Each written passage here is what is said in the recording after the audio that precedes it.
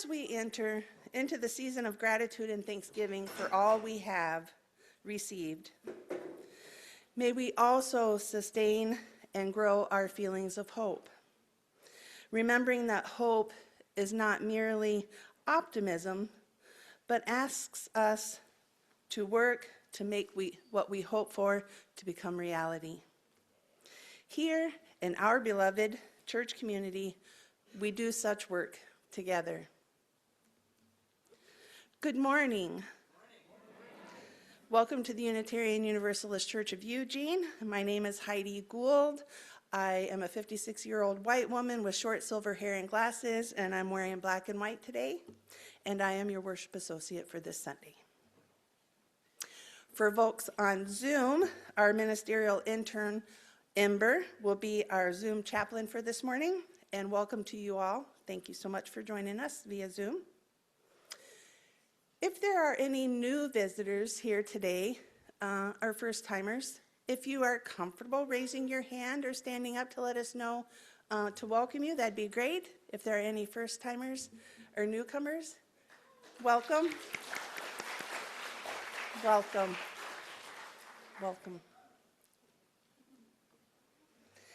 Elizabeth Harding wrote, "We Unitarian Universalists don't drink from our chalice. Instead, we use it to hold the flame.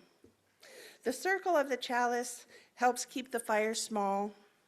The flame doesn't burn us or blind us.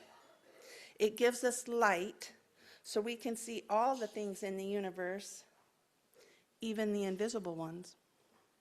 Because the Unitarian Universalist flame is a light of learning, the flaming chalice is a symbol of learning and of love. It is our symbol, the symbol of Unitarian Universalist." And Walker is going to come up and light our chalice today, if you would be so kind. Thank you.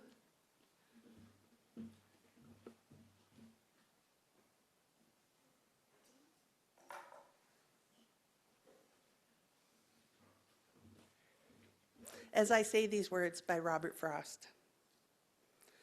"Only where love and need are one, and the work is play for mortal stakes, is the deed ever really done, for heaven and for future's sake."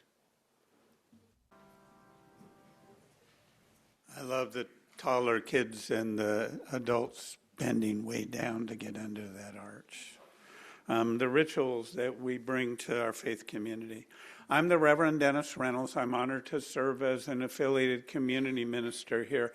I was ordained by this community, so after my late in life career in ministry, we came home because this church is my home. I'm a tall, aging white man with gray hair thinning and a beard. And today I'm wearing a blue shirt, one of my favorite shirts, and a yellow Side with Love stole. I use the pronouns he and him. You know, this time of year as we move into this season of gratitude, a time when we pause to give thanks for the beauty that surrounds us and the bounty that fills our lives. It's important that we also take note of the privileges that many of us hold and put them in context, recognizing not all share in such a bounty, and we need to keep our hearts open and honest and compassionate as we share in many ways our good fortune. It is hard times in the United States of America for so many, for far too many.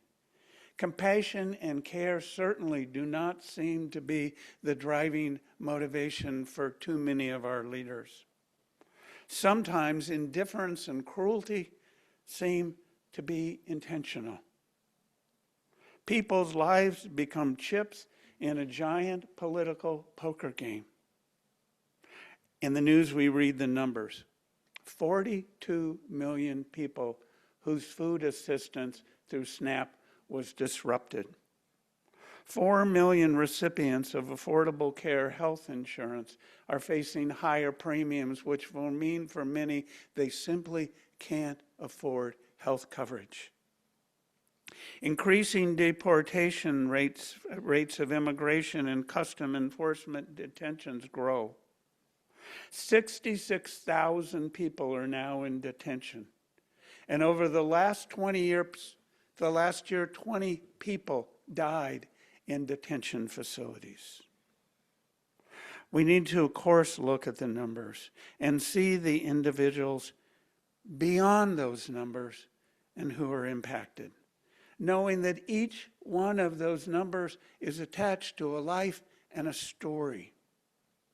In recent weeks, we've had opportunities to look more deeply at some of those stories. The Melting Ice exhibit, which on October 18th was housed here in this sanctuary, was a poster display of many such stories and a glimpse into many of those lives. Members of this community shared around Day of the Dead images of those who have died in Gaza. And today, in the wall of our social hall are the images and brief descriptions of a few individuals, a number of individuals, trans folks who died in the last year, whose lives were cut to short.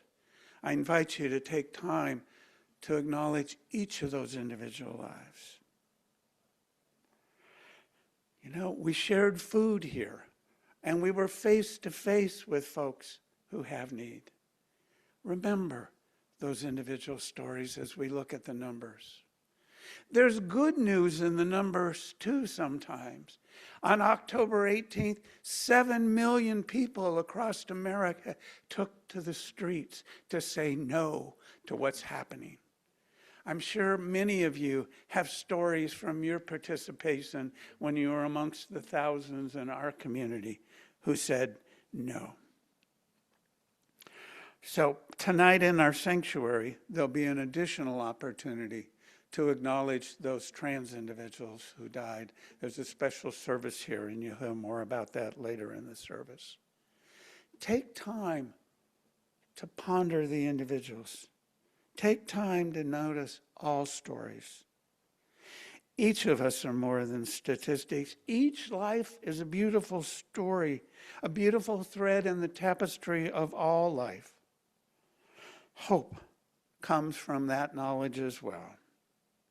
In small group congregation circles, many of you shared this quote from the main Life Story Center. There is a power in story telling that can transform lives. Our own life stories offer tools for making us whole. They gather up the parts of our life and put them together in a way that gives our lives greater meaning than they had before we told our story. In some mysterious, amazing ways, stories and our lives are tied together. So in this season of falling leaves and gratitude and compassion and generosity, pay attention to our own life stories and all the life stories as we continue to move through our life journey.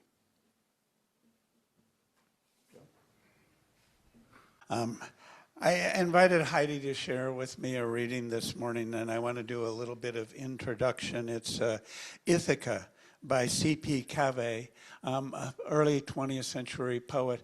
And to give you a little background, it touches based on the story from the Odyssey, Odysseus' return from the Trojan War, and the difficulties encountered on the way, and it references within Cyclops. Many of us remember him as the one-eyed giant who was not a nice person.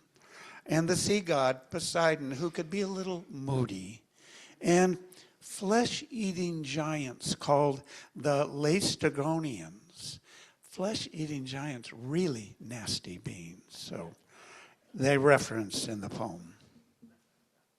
As you set out for Ithaca, hope your road is a long one, full of adventure, full of discovery.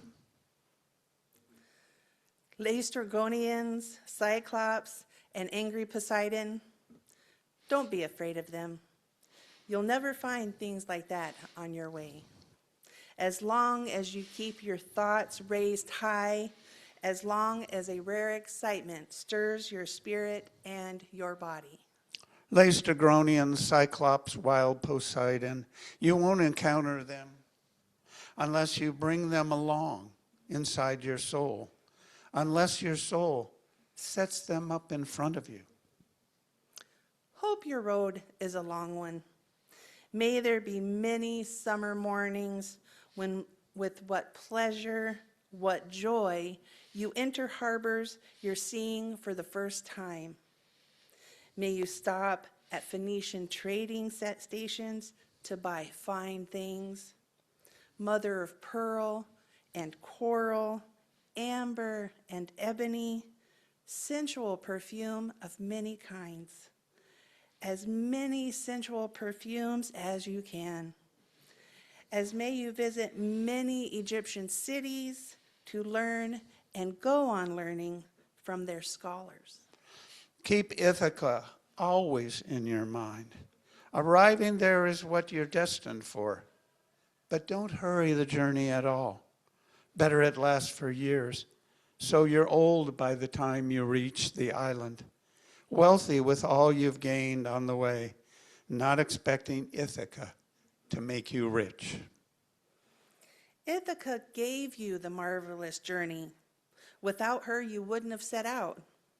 She has nothing left to give you. And if you find her poor, Ithaca won't have fooled you. Wise as you will have become, so full of experience, you'll have understood by then what Ithaca means.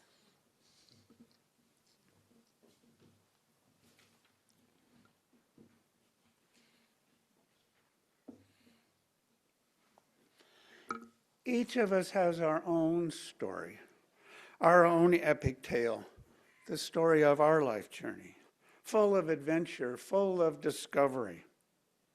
Sometimes we find on our journey great joy and love and peace, while other times we encounter pain and tears may flow. Sometimes we need mountainous reserves of strength in order to just keep going. Even in the darkest times, we find within ourselves and within a beloved community that strength that we need to just keep going on. So on we travel in good times and hard times, celebrating successes and other times defying diseases and the processes of aging and the oceans of self-doubt that can eat away at our confidence and vitality and cause us to doubt our deep knowing that we have traveled well and we have the strength to continue to do so.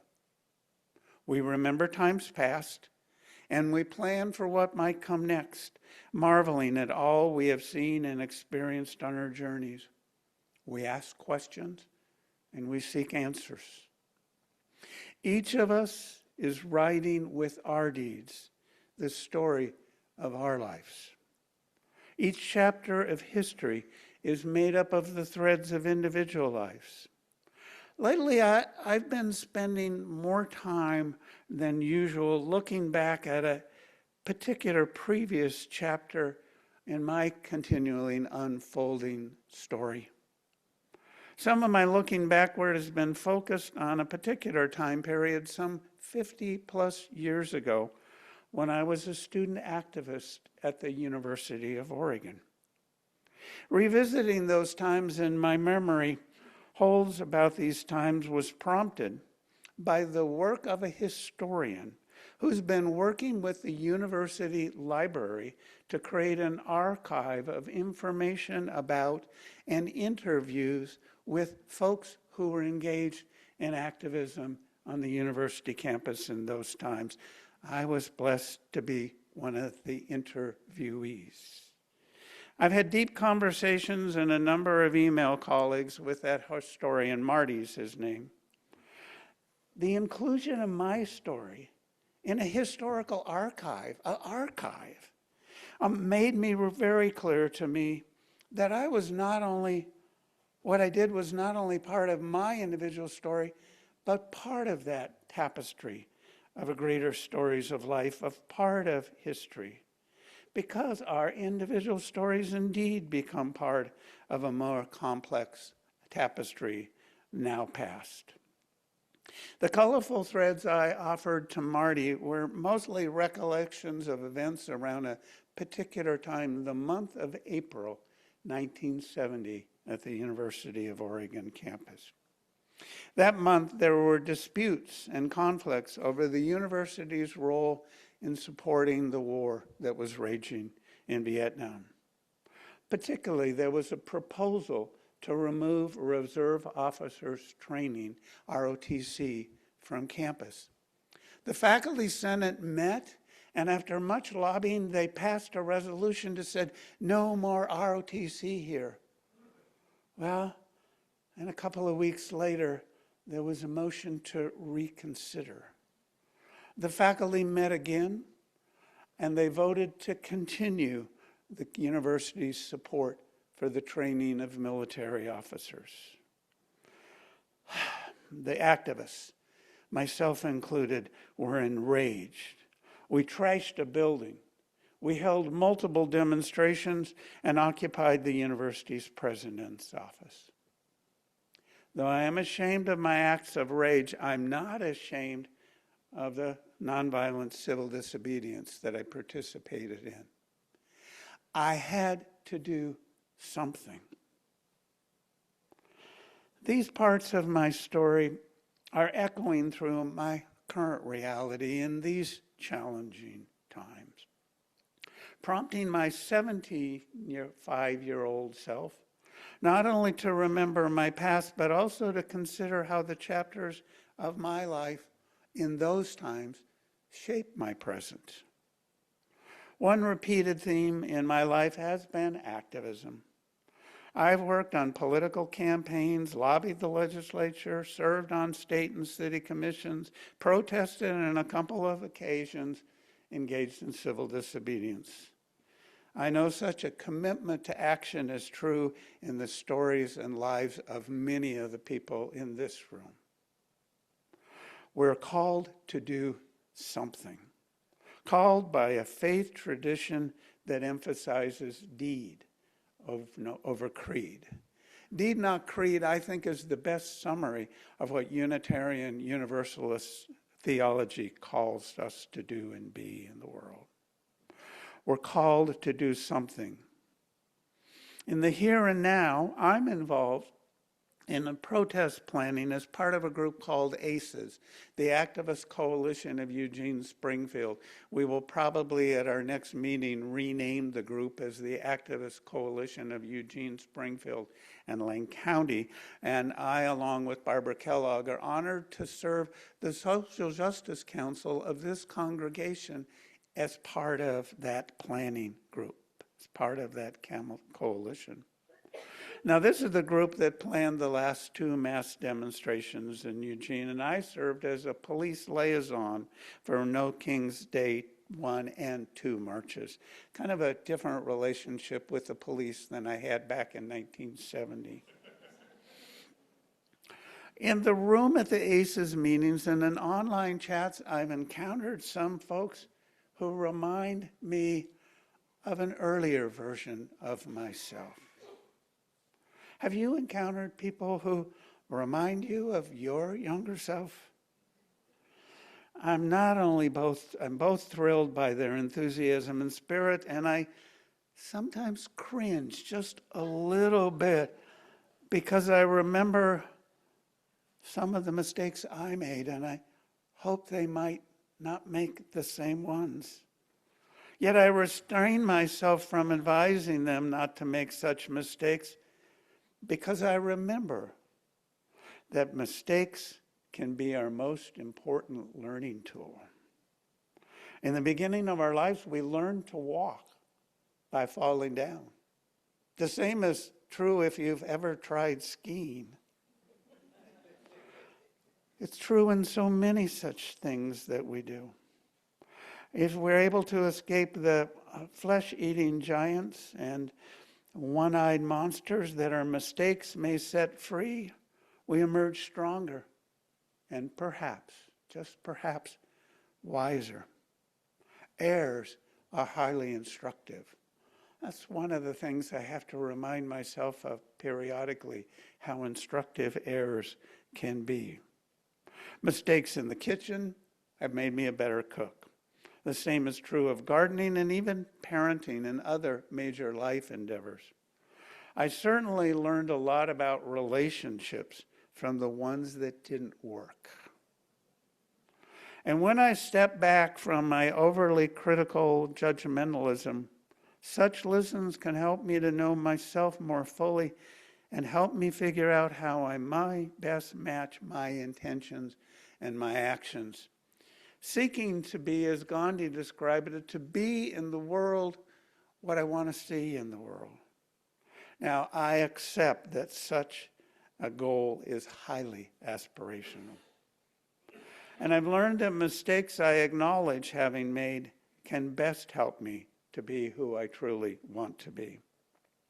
Owning my errors is step one in creating the yet-to-be-written chapters of my life. Atonement begins with acknowledgement. Amongst the most significant classes I took back at the universities were a series of classes in child guidance, wherein both the text and the professor affirm that the only person in the world whose behaviors you can change is oneself. And that the most effective way I can change the behavior of another is to change how I interact with them. Seeking to be less reactive and a bit more patient. Trying to be less judgmental and more accepting. Less critical and more understanding. Less angry and more loving. All of this has helped me to be a better dad, a better teacher, a better friend, a better life partner, a better boss, and a kinder steward of my own thoughts and feelings. Because reducing overly critical self-judgment is still perhaps my most daunting task.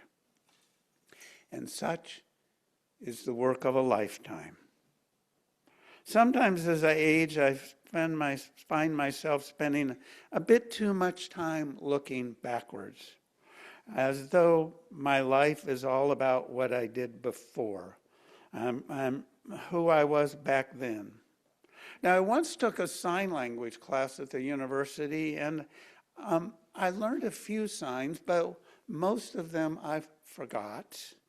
But there's one that I hang on to that is significant to me, and it's this one. In sign language, this is an ED ending. This is past tense. It means it's back there. It's behind me.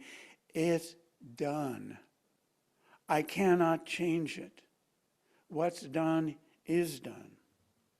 I can, though, look at my past with honesty and learn from it, and let what I learn help me move forward.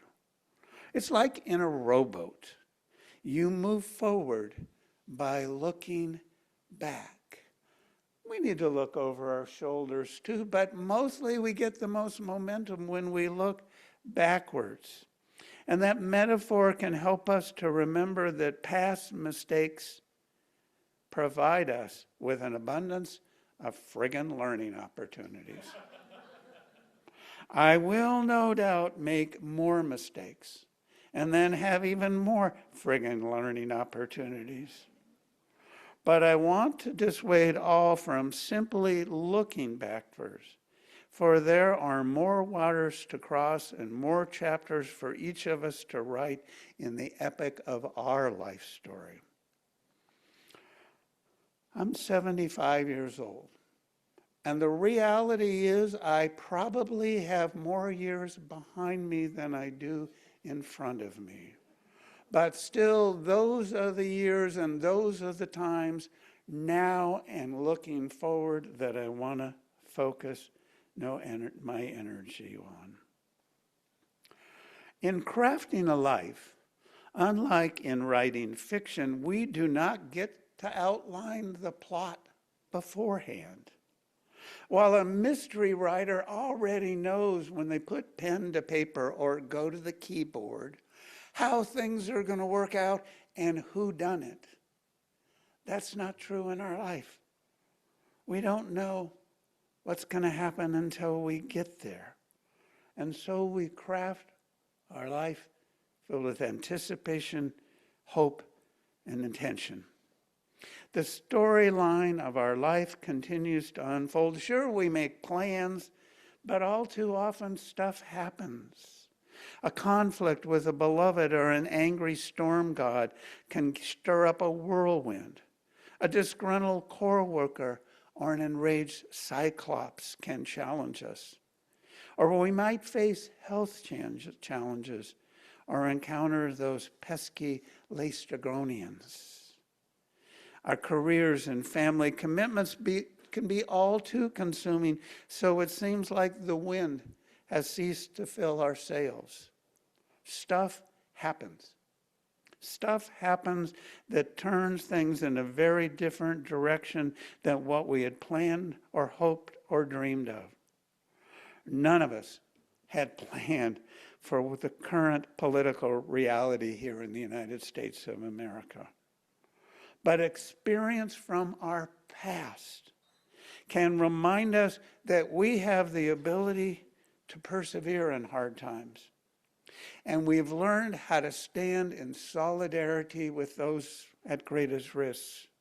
And we've learned how to speak up and speak out. And we also continue to learn what allyship really looks like. I have, as in the case for many in this room, less time going forward than I did going back. So I focus on forward. I want to focus on both my mistakes and my successes. I want to focus my energy on determining what I will try to do from this point forward. And I've adopted a goal that I think might be, well, I know it's a potential reality for many who are in the room right now. I hope that I might be known not so much for what I did in the 60s and 70s, but what I did in my 60s and 70s and beyond. You know, let us all who have an aspiration to look forward, anticipating what we might do. And I've had some good exemplars of what that might look like. There were my men's group friends in this congregation that I met some 30 years ago, Peter and Neil, who each in their own turn filled what they called the old white guy slot on the Eugene Human Rights Commission. And sitting in front of me right now is a longtime city councilor, Betty Taylor, who year after year spoke up on the needs of our local community. There's others. My late great mother-in-law Marge became a seniors advocate in her 60s when she became one. In her mid-80s, in the face of post-9/11 Islamophobia, she spent multiple nights participating in a protective vigil at a mosque. My sister Linda, now in her 80s, with several health challenges, has deepened her spiritual practices, knowing that the best she might contribute to the world in these difficult times is spiritual grounding and prayer. I remember 3 women who were active in the Eugene church when we were up on the hill, all who turned 90 in the same year. I used to call them the 90s. Florence, Alice, and Jen. Jen made jewelry and sold at the church auction.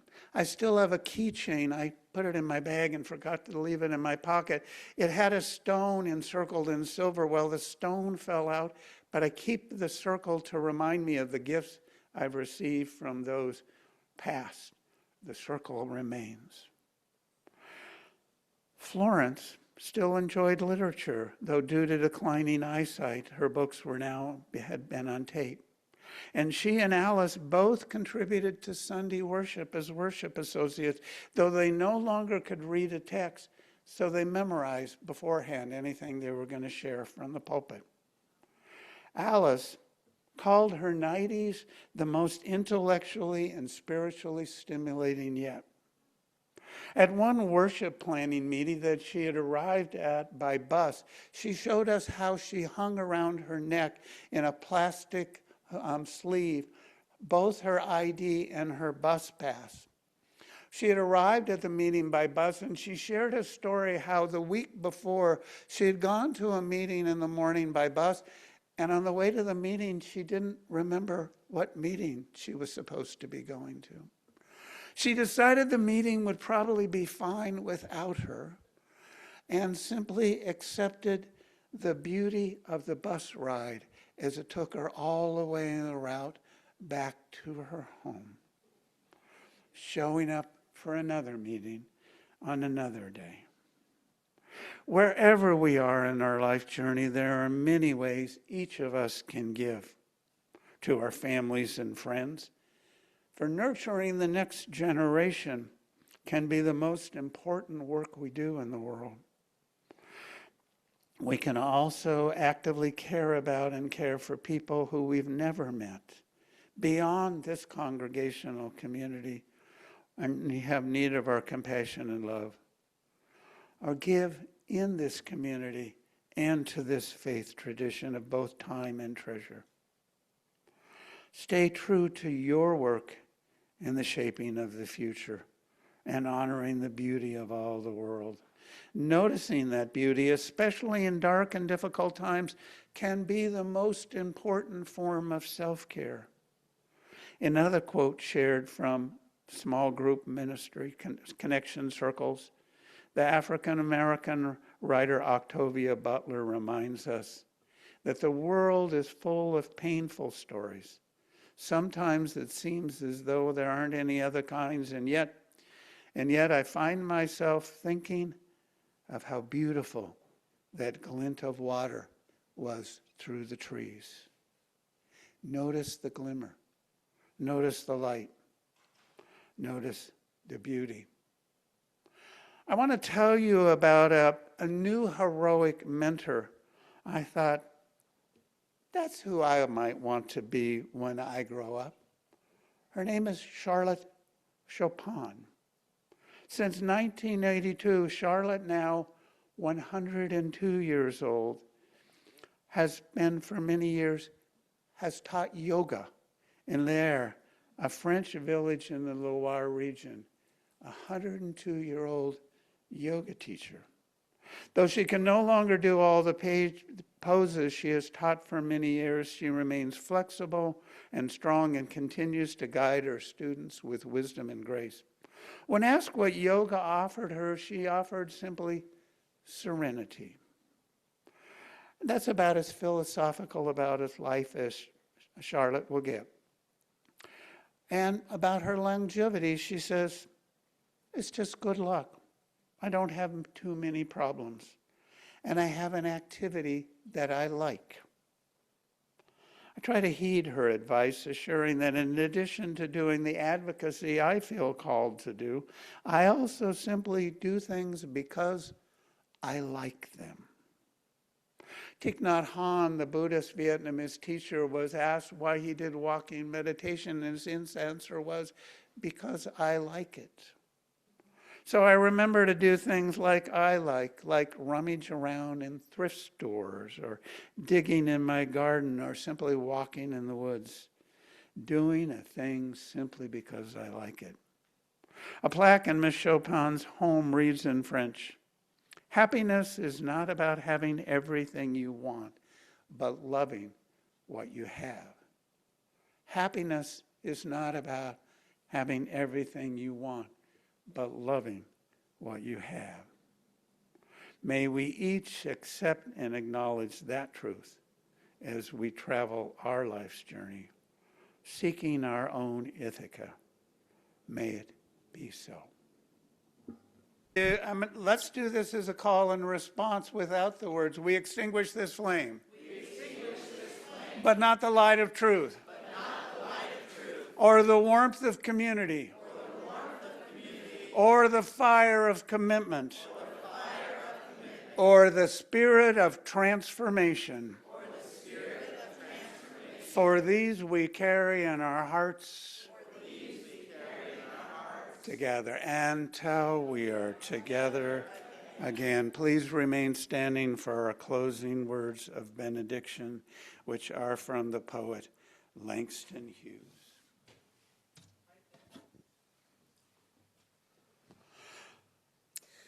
We have tomorrow bright before us like a flame. Yesterday, a night gone thing, a sundown name.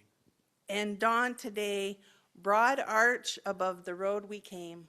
Broad arch above the road from whence we came. Salam. Amen. Shalom. And blessed be. Blessed be.